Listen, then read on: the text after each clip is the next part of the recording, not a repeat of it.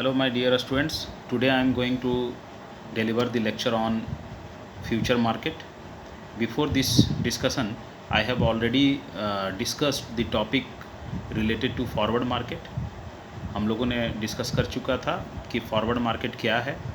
Basically forward market एक ऐसा market है जो कि एक भविष्य में कोई एक डेट पे दो पार्टी जो है अपना ऑब्लिगेशंस को फुलफ़िल करते हैं। फॉरवर्ड मार्केट एक बेस्ड था ओटीसी पे, यानी over the counter.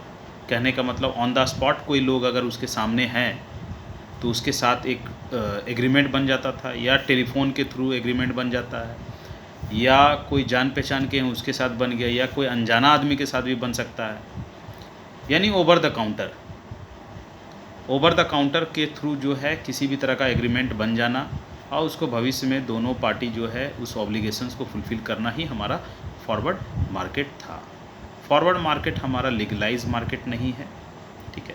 But if I talk about the future market, तो फ्यूचर मार्केट में बेसिकली हम लोग फ्यूचर मार्केट भी जो है वो आपका भविष्य में ही इसमें एग्रीमेंट बनते हैं, यानी दो पार्टी आपस में एग्री करते हैं कि भविष्य में हमको इस ऑब्लिगेशंस को फुलफ़िल करना है। सपोज़ मिस्टर ए या मिस्टर बी दो पार्टी आपस में एग्रीमेंट कर रहे हैं कि हमको मिस्टर ए जो है सो कार बेचना चाह रहा है, मिस्टर बी कार ख़रीदना चाह रहा है, और ये अभी से लेकर के 3 महीना के बाद में, तो और एक फ़िक्स्ड प्राइस पे, तो वो डेट फिक्स्ड हो जाता है, प्राइस फिक्स्ड हो जाता है, और दोनों पार्टी उस ऑब्लिगेशंस को जो है उस फिक्स्ड डेट को जो है सो अपना फुलफ़िल करते हैं। लेकिन फ्यूचर मार्केट जो है ये हमारा लीगलाइज मार्केट है। वहाँ ओटीसी मार्केट में दो पार्टी यानी ए और बी के बीच में कोई भी तीसरा आदमी नहीं होता था, या तीसरा कोई भी मीडिएटर नहीं होता था। दोनों आपस में on the spot over the counter मतलब आपस में एग्रीमेंट करते थे, और उन्हीं लोग दोनों आपस में अगर एग्रीमेंट फुलफ़िल हुआ तो दोनों एंजॉय किए, अगर एग्रीमेंट फुलफ़िल नहीं हुआ तो दोनों सफ़र किए। तो ये आपका फॉरवर्ड मार्केट में। लेकिन फ्यूचर मार्केट में क्या है कि अगर मिस्टर ए है और मिस्टर बी है, ये दोनों के बीच में अगर कुछ एग्रीमेंट बन रहा है तो उसके बीच में स्टॉक एक्सचेंज आ जाता है। यानी मिस्टर ए कार को अगर बेचना चाह रहा है, सपोज एग्जांपल के तौर पे, और मिस्टर बी कार को ख़रीदना चाह रहा है, तो उसके बीच में इंटरमीडियरीज़ के रूप में आपका स्टॉक एक्सचेंज रहेंगे। हालांकि स्टॉक एक्सचेंज में हमारा कार नहीं बिकता है, लेकिन एक एग्जांपल मैं बता रहा हूँ कि वहाँ पे बीच में हमारा इंटरमीडियरीज़ के रूप में वहाँ स्टॉक एक्सचेंज रहेंगे। वो सिर्फ मिस्टर ए और मिस्टर बी के बीच में एक लिंक स्थापित करेंगे, लिंक बनाएंगे कि दोनों आपस में ट्रेडिंग कर सके। लेकिन दोनों एक दूसरे को जान नहीं पाएगा कि कौन बेच रहा है कौन खरीद रहा है, लेकिन स्टॉक एक्सचेंज जानता है कि कौन बेचेगा कौन खरीदेगा।